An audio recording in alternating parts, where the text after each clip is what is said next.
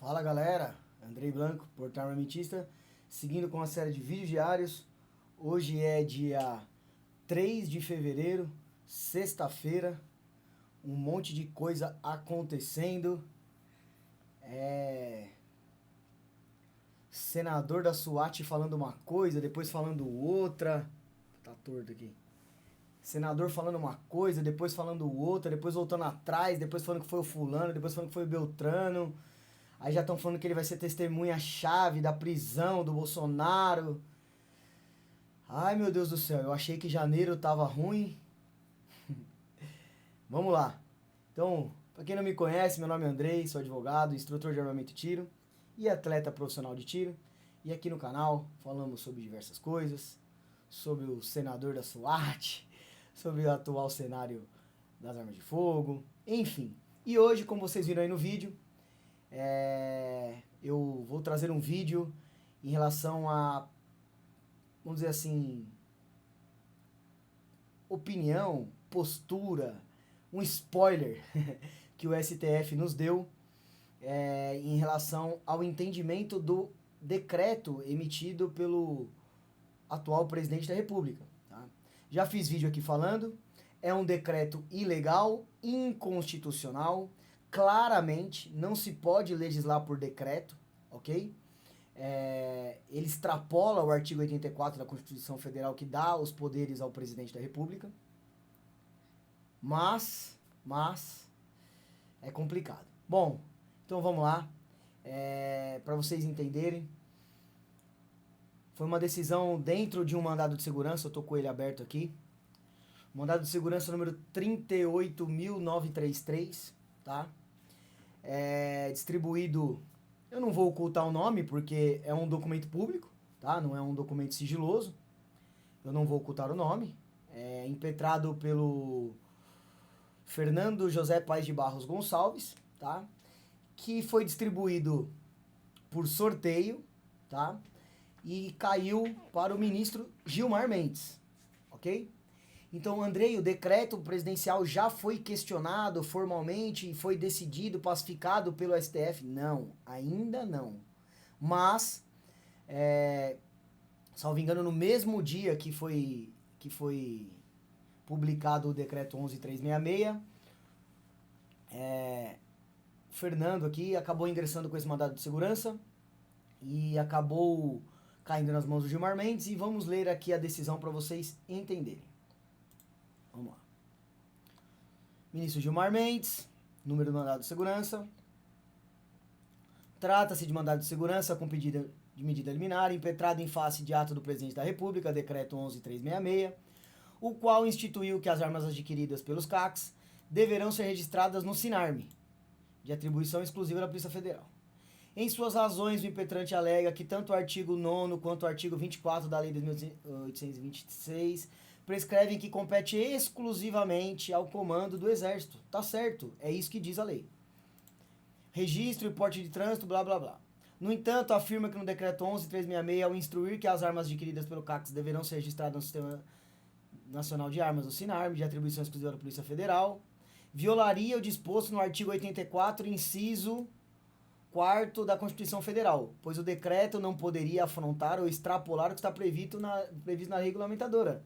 É exatamente isso, tá certo.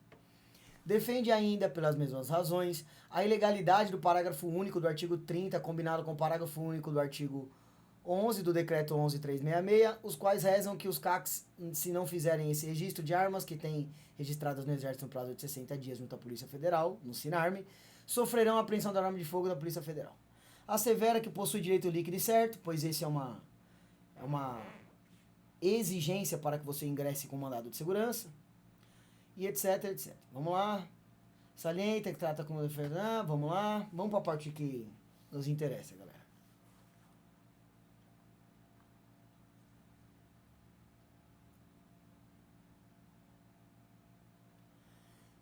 Aqui ele já está decidindo, tá? Deste modo, a análise dos dispositivos invocados pelo autor, bem como o pedido formulado na liminar, equivale à própria declaração de irregalidade ou inconstitucionalidade da norma, que é o que está se pleiteando aqui, por esta Suprema Corte, o que certamente transcenderá a eficácia inter partes do litígio, incabível no âmbito do mandado de segurança.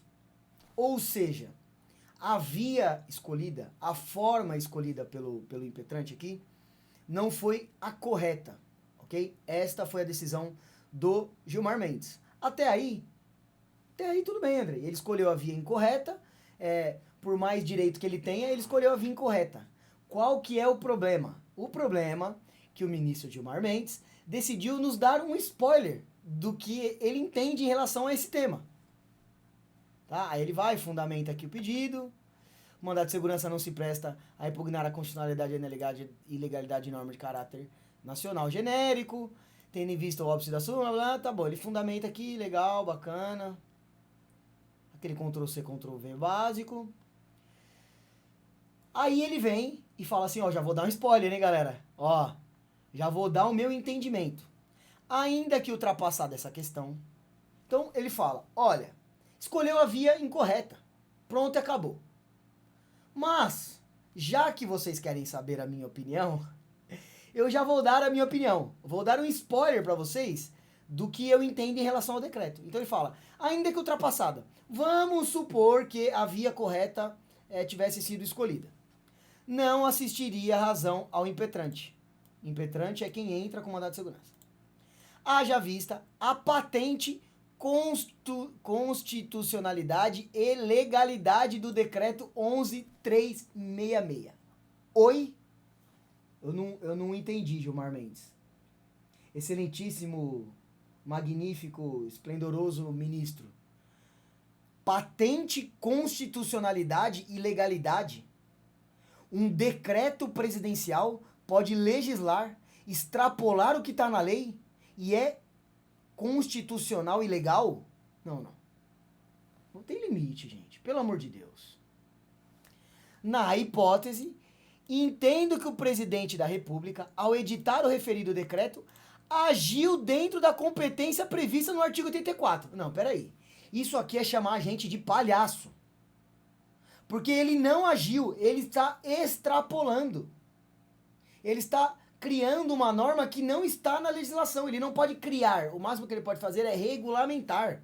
Em relação ao porte de trânsito, ele não pode proibir via decreto. O máximo que ele podia ter feito era não ter feito. Era ter se omitido. Deixar de regulamentar o porte de trânsito. Só que por que ele não fez isso? Por malícia. Porque se ele deixa de regulamentar o porte de trânsito, caberia ao Exército, que é o que está no decreto, que é o que está na Lei Federal 10.826, que vai regulamentar o porte de trânsito. Tá lá que o Exército regulamentará o porte de trânsito e o Exército faz como? Via portaria. Só que se tem um conflito de portaria e decreto, vale o decreto, porque é mais forte. Então, na maldade, o que ele fez? Ele foi e regulamentou, extrapolando o artigo 84 da Constituição. Então, isso que está escrito aqui não é a verdade. Passa do, André, mas é uma questão dúbia, depende do entendimento. Não, está claro.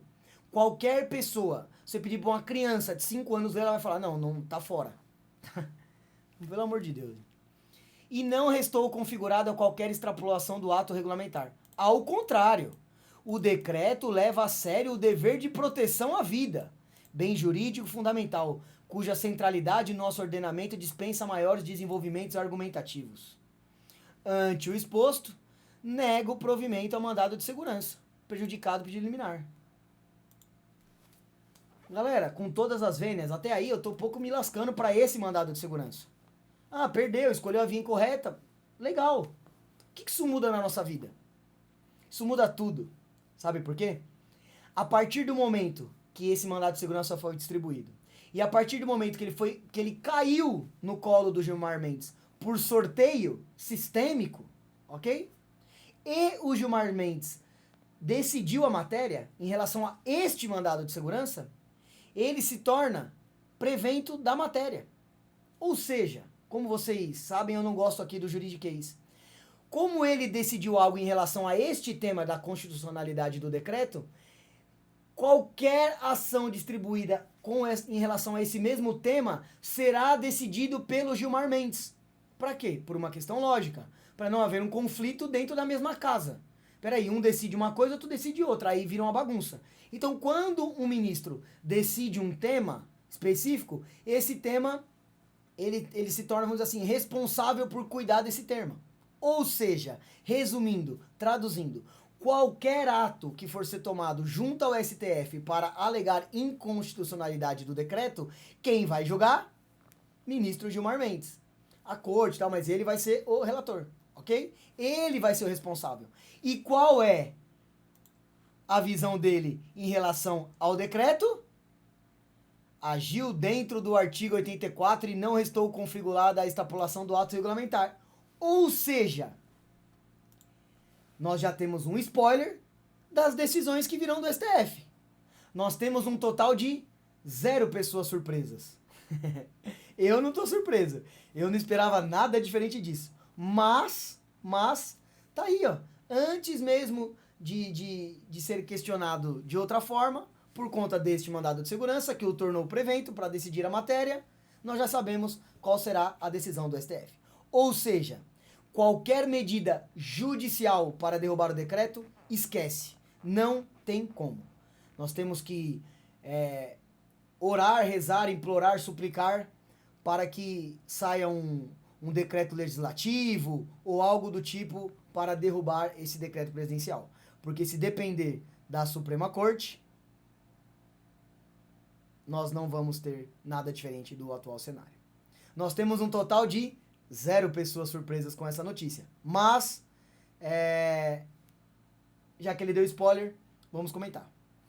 É isso, galera. 11 minutos de vídeo. Desculpa o tamanho, não tem jeito. A gente tinha que ler aqui a decisão. E é isso. No vídeo, ontem à noite eu fiz uma live falando sobre o risco de você levar o equipamento para a Polícia Federal e ser preso. Falando sobre o prazo para recadastramento. Falando ainda sobre sobre a GT, o prazo de cadastramento, e teve mais um assunto. Qual é a data em que você tem que ver aquela história do cadastramento? É a data do registro que consta na CRAF, ou a data da expedição da CRAF, ou a data da emissão da nota fiscal? Então, se você tem dúvida desse e de qualquer outro assunto relacionado a isso, assiste a live de ontem, vai aqui no canal, clica lá no ao vivo, que é uma live curta aí de 1 hora, 1 hora e 20, e põe lá no 2x que você assiste rapidinho e com certeza vai dar uma clareada aí na mente. Beleza? Esse foi o vídeo de hoje. Andrei Blanco, portal armamentista. Tamo junto. Até quando? Não sabemos. Um abraço.